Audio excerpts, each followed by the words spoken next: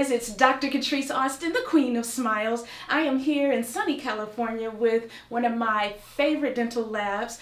This is Gil from Frontier Dental Laboratory here in California.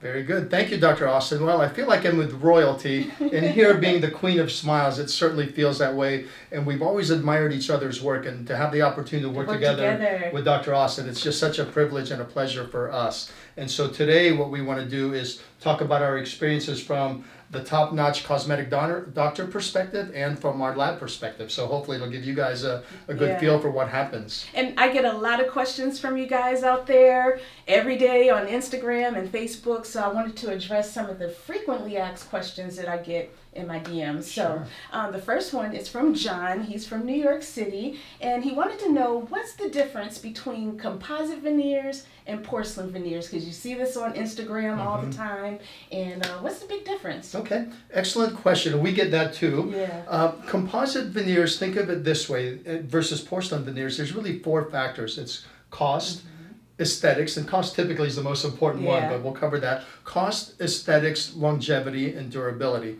So the cost of a veneer, of composite veneers, they're done in your office, and it's basically a composite material that it's done in one visit, and the dentist is the one actually placing that, right? You know that better than I do. Yeah, it's like it comes in a putty form. It's like a fiber material, and what I do is I'll take it and hand sculpt it to your teeth, shape it, make it look real nice, and then harden it with the lamp. And so it's only done in one visit, unlike porcelain veneers, which typically takes 2 visits. So I can talk about porcelain veneers. With porcelain veneers, they're thin shells, and porcelain is porcelain. Think of porcelain as glass, much like porcelain material. And the cost may be a little bit more in the beginning, right? Because Dr. Austin has to make one appointment, send to the lab has to fabricate it to her exact specifications, and that's where aesthetics and will you're come literally hand sculpting it. Like, ladies, if you've been to the nail salon, you know how we take that powder and then liquid and kind of design it. That's what they're doing for each and every veneer that they make. So there's like how much time it typically takes for a smile. We typically, and I actually factored this one time, there's typically 20 pairs of hands that have to touch that from the time you send it in. So that's the model room, that's the ceramist, that's all the different things. And so like you said, each one is done custom made. So if you look at somebody with beautiful teeth that are natural, okay, you can see there's a lot of colors. Teeth aren't white. We can make, and this is kind of a lab joke, we can make chiclets all day long. All day long. But that's not what you want for your patients. And you guys see them on Instagram and Facebook all the time. So so if you want a natural looking tooth, let's pretend this is my tooth, you have to layer in all of those effects, and a ceramist has to take it, like she said at the nail salon,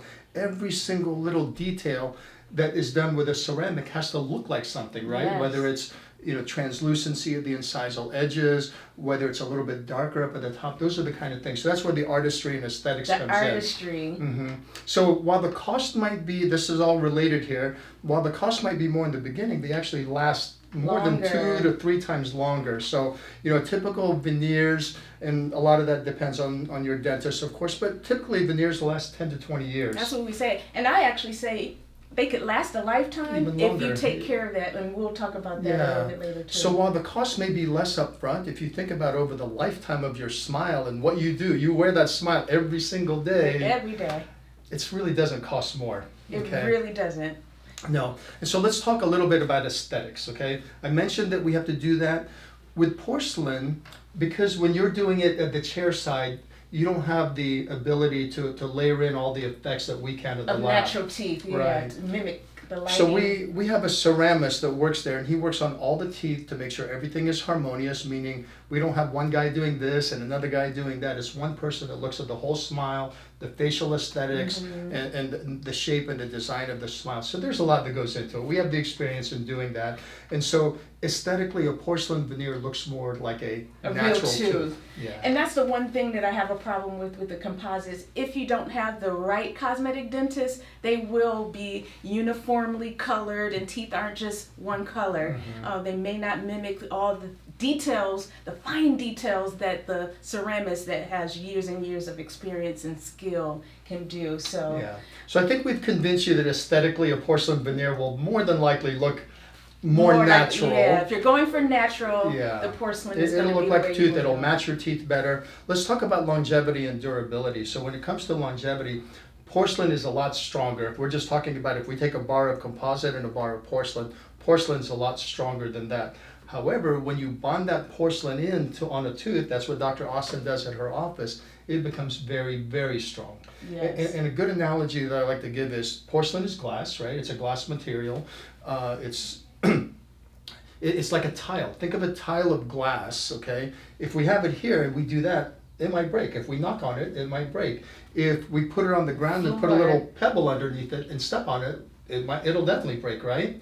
But what if we took that piece of glass and put it on the ground and put some cement on it and put it down and jumped up and down with all the force possible? We do it every day. Exactly. And that's what happens. The tile that you walked into to your beautiful office, that's a piece of porcelain that's on a substructure, right? Yes, indeed. So that's what we do now. We've got this porcelain shell that's very thin of porcelain, made out of porcelain, and she's going to show you here. This is a Hold on up veneer. there so they can see how thin it is. That is a crown. Hold on. There's some Where is veneers it? right there. All right. So how many millimeters would you expect that to be? About 0.5 millimeters. Yeah, barely a millimeter. Like the thickness of a contact lens. Exactly. In fact, sometimes we call our veneers contact lenses. So imagine if you take that tile or that veneer and Dr. Austin bonds it into the tooth, a lot of forces can go on there and it's going to be very, very strong. And that's why she said they could last a lifetime. Yes.